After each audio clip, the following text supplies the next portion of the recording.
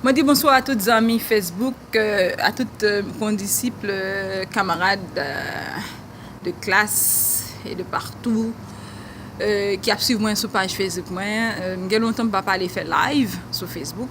Je parle que vraiment. Salut Dr Love, firme, on connaît. Au bâcher quand même.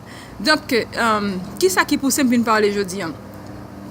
En tant que teenager, en tant que femme haïtienne, en tant qu'enfant de la négritude, je ne peux pas passer sous silence le même cas de ça qui a passé en Libye aujourd'hui. Christophe Colomb débarqué en 1492 en Haïti, au Môle Saint-Nicolas. Je dis c'est fête Saint-Nicolas, by the way.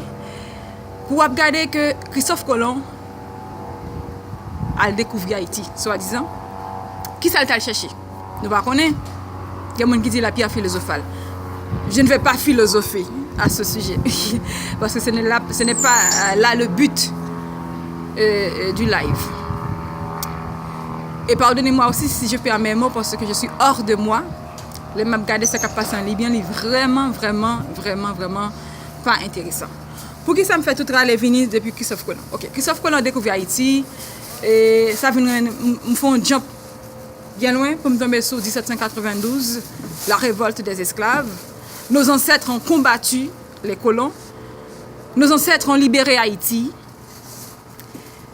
Et aujourd'hui encore, nous sommes toujours en esclavage.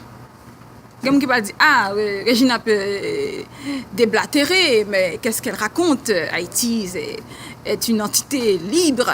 Mais non, l'esclavage est pluridimensionnel. Ça veut dire son tête multicéphale. Son corps multicéphale, l'esclavage, il y a plusieurs formes. Il y a l'esclavage physique, il y a l'esclavage mental, etc. Et j'en passe. Physiquement, Haïti libéré, mais mentalement, nous autres Haïtiens, nous sommes toujours sous les verrous du colonialisme moderne.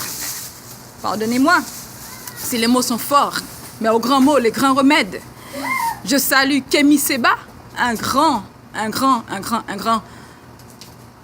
Kémy, j'ai beaucoup d'admiration pour toi. Kémy est l'homme du moment. Kémy Séba, lui, il ne plaisante pas. Il va en rance, il crache le morceau tel qu'il est. Tel qu'il est. Et Kémy Séba, en passant, pour qui ça me salue, c'est pas par flatterie. Premièrement, c'est une tant que moi. Deuxièmement, moi, que aussi concerné de ça qui a passé en Libye. Nous avons regardé un live, monsieur fait l'autre jour, c'est vraiment intéressant, en pile respect pour lui. Nous avons un pile garçon qu'on s'en fait, comme ça encore, dans la génération pas noire. Donc, chaque fois, il y a un petit grain qui a brillé comme ça, qui a porté le soleil de l'espoir, nous saluons le bien bas. Je trouve que c'est impossible pour nous à vivre de telles atrocités en plein 21e siècle. Vous regardez ça qui a passé la Libye depuis la mort de Kadhafi. C'était juste une parenthèse. Restons dans le présent pour contextualiser l'esclavage moderne. Mais c'est quoi ça? Des gens, des femmes, des hommes vendus comme des bêtes de somme en plein 21e siècle. En tant que teenager, nous ne sommes pas révoltés. Si conscients ne sont pas réveillés, c'est que, comme disait Dessalines, c'est que vous n'êtes pas des hommes. Que vous n'êtes pas des hommes. Et la révolution, cette révolution que je prône, sur les pas de Kémy Séba, cette révolution n'a pas affaire aux armes. Son révolution intellectuelle, son révolution mentale, on réveille de la conscience spirituelle pour nous faire en tant que teenagers. Pour nous dire non. Et nous l'avons déjà fait, nous autres Haïtiens. Après que nous avons libéré tête nous avons libéré États-Unis. Nous participons dans la guerre de l'indépendance des États-Unis. Pour les gens qui ne connaissent pas, nous avons des grands Haïtiens qui participaient dans les guerres de Savannah. Nous avons Jean-Baptiste Pointe du Sable qui a construit et conçu la ville de Chicago. Nous-mêmes Haïtiens, nous sommes c'est vrai, mais nous pas sautes.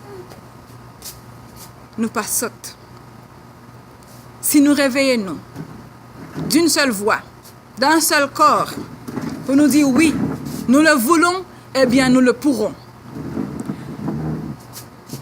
C'est vraiment terrible. ce qui se passe là maintenant dans le monde et cela m'attriste profondément. Et en passant, je n'ai aucune ambition politique. Je parle à titre de femme noire, de femme révolutionnaire, c'est un peu trop fort pour le moment, mais en tant qu'observatrice, cela me révolte. J'ai une conscience. C'est terrible, cela doit cesser. C'est chaque petit nègre noué, tête graine, qui vous bat en mots, ça qui pose en pierre, ça qui pose des actions. Moi, côté mien, c'est parler, me parler. Donc, si nous ne pas parler, Roche va parler pour nous. Il est temps pour nous mettre tête nous ensemble, quitte nous Jamaïque, quitte nous Haïti, quitte nous en Afrique. Il n'y a qu'une seule race, la race humaine, et une seule conception de Tineg Noué. Depuis nous, Tineg Noué, nous tous sortis, nous avons grands ancêtres, nous, Gangan Toya, nous, en Afrique, à l'Afrique chérie, l'alma mater. Merci.